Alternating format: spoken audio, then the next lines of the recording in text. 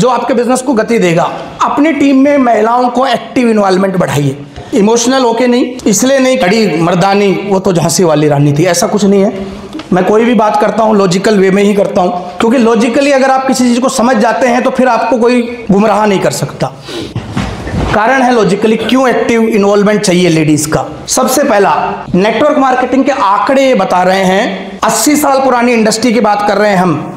1950 के दशक में डायरेक्ट सेलिंग शुरू हुई और अब तक के आंकड़े क्या कह रहे हैं, मेरा नहीं है, world federation direct selling association का आंकड़ा है जो कह रहा है कि पूरी दुनिया में 74% महिलाएं एक्टिवली इन्वॉल्व हैं इस इंडस्ट्री में। और जब हिंदुस्तान की हम बात करते हैं तो ये आंकड़ा शायद 14% से भी कम है, और जब एक्टिव इन्वॉल्वमेंट की बारी आती है तो शायद पॉइंटों में ये आंकड़ा आ जाता है। जब इतिहास इस इंडस्ट्री का बता रहा है कि ये इंडस्ट्री बनी ही लेडीज के लिए है, इसमें लेडीज के रेशियो ज्यादा अच्छे हैं, तो आप और हम को क्या जरूरत है पंगा पालने की, है जी? yes. दूसरा, बिजनेस का आविष्कार ही महिलाओं को ध्यान में रख के हुआ है दोस्तों। इस बिजनेस के दो मुख्य काम क्या है, खर्चा और इन दोनों कामों में एक्सपर्ट कौन है जी? और एक्सपर्ट को कहां बंद कर रखा आपने? और अनाड़ियों को आगे कर रखा है जी। तो अनाड़ी जैसा ही काम करेंगे। तो अनाड़ी अपनी जगह टिके रहें और जिन खिलाड़ियों को बंद कर रखा उनको आगे लाएं। अगर आपको डाउट है ना रावत साहब, एक महिला को 5,000 रुपए दे दीजिए सुबह और एक पुरुष को 5,000 रुपए दे दीजिए सुबह। शाम को पुरुष आएगा 1,000 रुपए की शॉपिंग कर लाएगा, 4,000 रुपए बचा लाएगा, वो उसके लिए ट्रेंड है। महिला शाम तक इंतजार नहीं करेगी, 1 घंटे में आ जाएगी, 5,000 खत्म और 15,000 उधार भी करी आएगी। यही तो पावर है ना महिला की, शॉपिंग, खर्चा। जो एक्सपर्ट है हम उसको काम दे दी ना। कप्तान का काम क्या होता है, जो जिस काम में माहिर है उसको वो पकड़ा दीजिए। बुमराह बॉलिंग में माहिर है, उसको बॉल पकड़ाइए, बैट नहीं। दूसरा, चर्चा। सुबह एक महिला को बता दीजिए, जी किसी को बताना मत, खास बात है, और शाम तक पूरी, समझ गए आप? तो जिसके लिए डिजाइन किया गया उसी को करने चलाने दीजिए ना ये गाड़ी।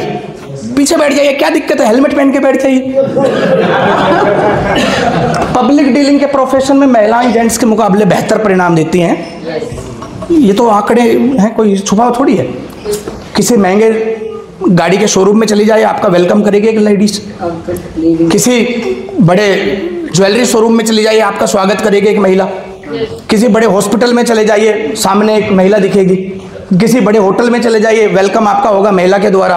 किसी बड़ी कॉर्पोरेट ऑफिस में चले जाइए, आपके स्वागत में एक महिला ऐसे होगी।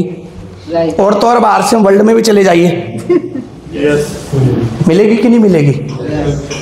क्योंकि आंकड़े बता रहे हैं कि जितने पब्लिक डीलिंग से रिलेटेड काम है वहां लेडीज के रिजल्ट पुरुषों के मुकाबले बेहतर है।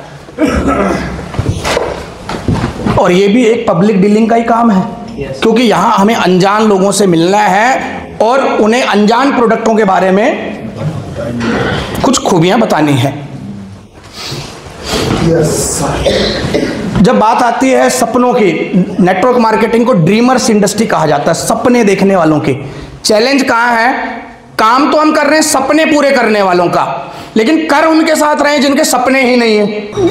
एक काम उल्टा करना है, या तो उनको पकड़िए जिनके सपने हैं, या फिर जिनको पकड़ लिया है उनके सपने जगाइए। और अगर जब सपने वालों की बात आती है तो लेडीज जेंट्स के मुकाबले बहुत हाई पोस्ट पे पाई गई है।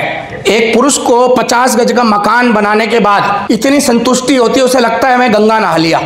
लेकिन उसी की औरत से पूछा जाता है तो बोलती है 50 गज का भी कोई मकान होता है, कम से कम 500 गज का तो होना चाहिए था। ये ड्रीम की बात है दोस्त।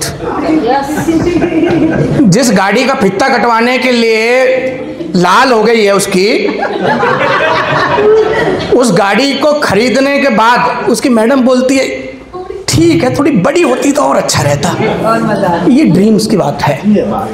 तो महिलाओं सपने ज्यादा देखती हैं पुरुषों के मुकाबले, और ये बिजनेस भी सपने पूरे करने वालों का है। ठीक है रंजीत? एक और बहुत इनबिल्ट क्वालिटी, महिला के अंदर एक आदत होती है, वो क्विट नहीं करती, हार नहीं मानती, लगी रहती है। और ये क्वालिटी हमारे बिजनेस में चाहिए कि नहीं चाहिए? है जी? कि ऐसा चाहिए कुछ भी थोड़ा सा पंगा आते छोड़ो ना, ऐसा नहीं है। हार ना मानने की, लगे रहने की क्वालिटी चाहिए। एक आंकड़ा ये बताता है कि 90% लोग अपने लेडीज से ज्यादा संतुष्ट नहीं है। उसी आंकड़े में आगे ये बताया था कि 99% महिलाएं भी अपने लोगों से ज्यादा संतुष्ट नहीं है, लेकिन वो लगी हुई हैं, हार नहीं मान रही। सुधर ही जाएगा, बच्चे हो जाएंगे तो सुधर जाएगा, बच्चे थोड़े बड़े हो जाएंगे तब तो सुधर ही जाएगा, अब तो पोता पाती हो गया अब तो सुधर ही जाएगा, लेकिन छोड़ मतलब 44 साल हो गए, ओके बेबी चल रहा। दूसरा, आदमी ईगो करता है और ईगो में आदमी आके कहता है भाड़ में जाए, छोड़ देता है उसको। लेडीज भी ईगो करती है, लेकिन ईगो करके कहती है अब करके दिखाऊंगी। और हमें क्या चाहिए साहब? ये जो बीच में ये टेक्निकल और ये रॉयल्टी आई है ना, यही था, अब करके दिखाऊंगी। तो ये क्वालिटी है, इसका फायदा उठाइए, इसका ये लॉजिकल चीजें हैं, इसको जाने दीजिए अंदर तक। हमारा मिशन काम कर रहा है महिला सशक्तिकरण पे।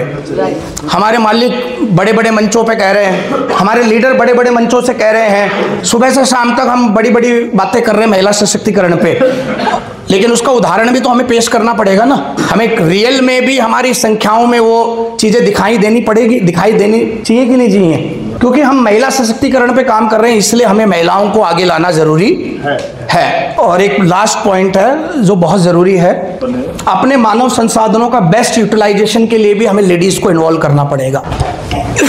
किसी भी देश की तरक्की, विकास उसके मानव संसाधनों के सही इस्तेमाल के ऊपर डिपेंड करता है। हमारे पास सोना है, हमारे पास कोयला है, हमारे पास आयरन ओर है, सब कुछ है, लेकिन अगर हम वो जमीनों में ही दबे रह गए तो हम कभी भी अमीर देश नहीं बन पाएंगे, विकासशील ही बने रहेंगे, विकसित कभी नहीं हो पाएंगे। हमारा जो असेट है, रियल जो रिसोर्सेस है, वो हमारी मैन पावर है, और वो मैन पावर अंडर यूटिलाइज है या मिस यूटिलाइज हो रहा है, उसका यूटिलाइजेशन नहीं हो रहा है पूरी तरीके से। हिंदुस्तान में 67% महिलाएं काम कर सकती हैं, 18 साल से लेकर 40 साल के बीच की काम कर सकती हैं, हाथ पांव सही सलामत हैं, काम करना चाहती हैं, लेकिन जो आंकड़ा है 67%, ये 40 करोड़ महिलाओं के रूप में है। लेकिन ये महिलाएं काम नहीं कर पा रही हैं, चाहे वो पारिवारिक कारण हो, चाहे वो सामाजिक कारण हो, चाहे वो उनका एजुकेशन उस प्रकार का ना हुआ हो, या फिर वो ऐसे बैकग्राउंड से आई हैं जहां पर वो खुल के बाहर काम नहीं कर पा रही हैं। तो आपको क्या लगता है, ये काम नहीं कर रही तो कुछ भी नहीं कर रही क्या? खेत में मक्का बोओगे तो क्या होगा जी? है जी?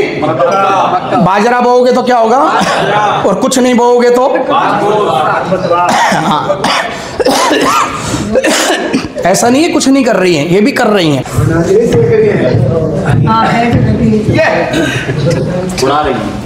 लेकिन ये सारे दिन करती हैं क्या?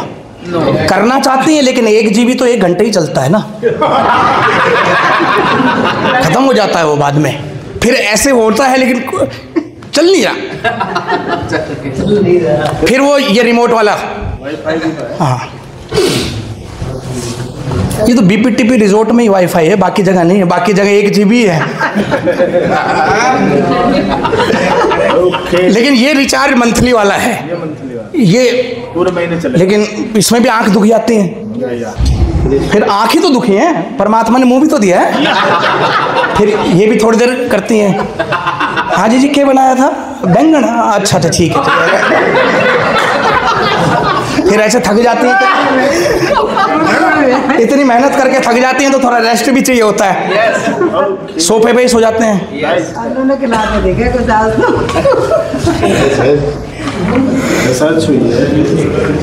इसका मतलब क्या है? इसका मतलब ये है कि सुबह 5 बजे से 9 बजे तक खूब मेहनत कर रही है महिला, फिर शाम को 5 बजे से 9 बजे तक खूब मेहनत कर रही है, लेकिन जो 9 बजे से 5 बजे वाला टाइम है वो अनप्रोडक्टिव जा रहा है। वो मतलब हमारी GDP को, हमारी इकोनॉमी को या घर के पारिवारिक आर्थिक स्थिति में कोई रोल नहीं निभा पा रहा है।